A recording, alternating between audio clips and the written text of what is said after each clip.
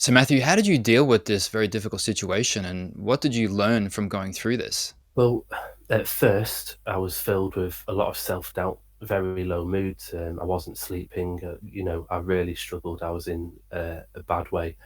And at first, I kind of attempted this really logical approach. So I kind of squashed the feelings down a little bit and went into kind of this pragmatic mode where I just put the evidence together, refuted the points, and just went through this process, trying to kind of use logic and evidence. And then as it went on, I started to realize that was really futile. It was making me more unwell because they weren't really interested in getting to the truth because they already knew the truth. Most of these allegations, they'd probably had to work quite hard to try to come up with them in the first place. So they already knew the truth. And so I started to realize I was trying to convince people of something they already knew, but they were choosing to ignore. Um, so I kind of started to change a little bit. Um, Because that's really hopeless what you're describing there, like trying to provide logic and rationale and facts to people that are really just, trying to, like you said, to evade and they had an agenda. So everything you're doing, it seems like you're just hitting a brick wall. yeah, it became really apparent to me when I gave them irrefutable evidence in my favour, and they responded by just changing the wording of the allegation to slightly to just mean something a bit more vague, so that my evidence didn't quite stand up as well. Hmm. So the specifics of the allegations, they just started to adjust them and change the words and things like that, and it became really clear to me that there was an agenda here, and they weren't going to be happy with anything else. Yeah. Um, Didn't matter what you were saying because they were kind of editing it anyway. exactly, yeah, exactly. Wow. Um, and there's a phrase, there's a saying that shame can't live in the light, and it's this idea that you know the school, they didn't want me to talk to anyone.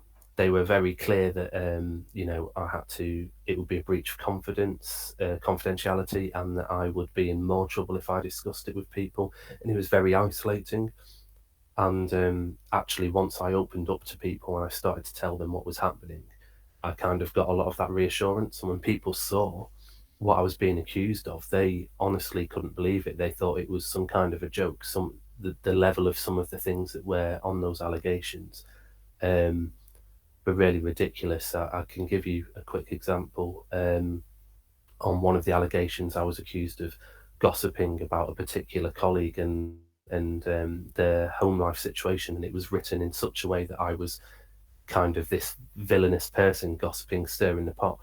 And the actual context of it was that I was trying to put in some well-being measures for this person that was having. I was their line manager, now having a really difficult time at home, and I was discussing these things with my senior management, and so the context just didn't match the allegation at all. And when my friends and family could see that, they started to realise that this was basically a witch hunt, and I started to get that reassurance. Hmm. Um, and then I started to journal those experiences. Did more of my counselling techniques, so validating those emotions, starting to figure out what the message was of those emotions, what it was telling me. Did a lot of counselling work that was really really useful. And during one of those sessions, we talked about the why, past tense, future tense, and the difference between them. And that's kind of what led to me writing this book and sort of doing the journaling. Was I decided to pinpoint all these different experiences that had kind of led to um, some of these situations, things that I had done, but now they were being twisted into something negative, and the feelings I was having around the situation, why I'd decided to pass on the concerns that had put me into the spotlight in the first place.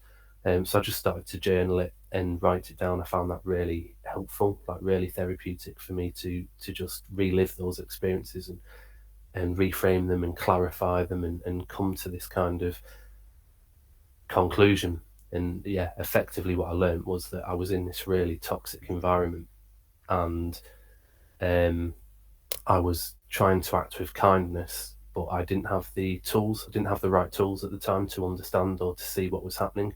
So where I could have maybe put barriers between me and some of these people, or where I could have left some stuff at work and just focused elsewhere, or passed it on to the right people to deal with. I tried to do it myself because I was trying to prove myself because I had this low self esteem, and so it sort of helped me recognize not just what was happening to me and the fact that it was bad, but also that there might be some good that can come out of it.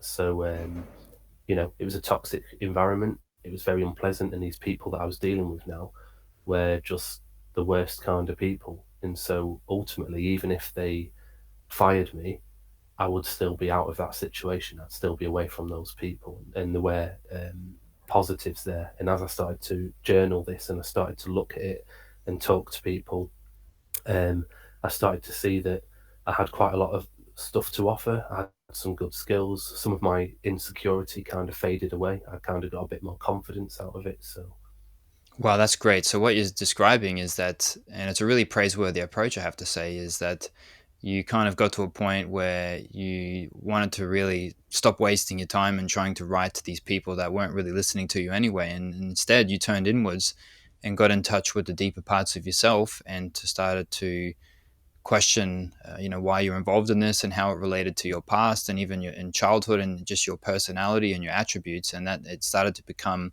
almost like a beneficial situation now, even though it was unpleasant. yeah, exactly. It's the emotions I was feeling, they were telling me something, and what they were telling me was that I had some unresolved stuff that I needed to figure out. I needed to go back and look at. I needed to make sure that I didn't end up in this situation again, because as bad as these people were and as horrible as that situation was, I'd still made decisions that had allowed for that to happen.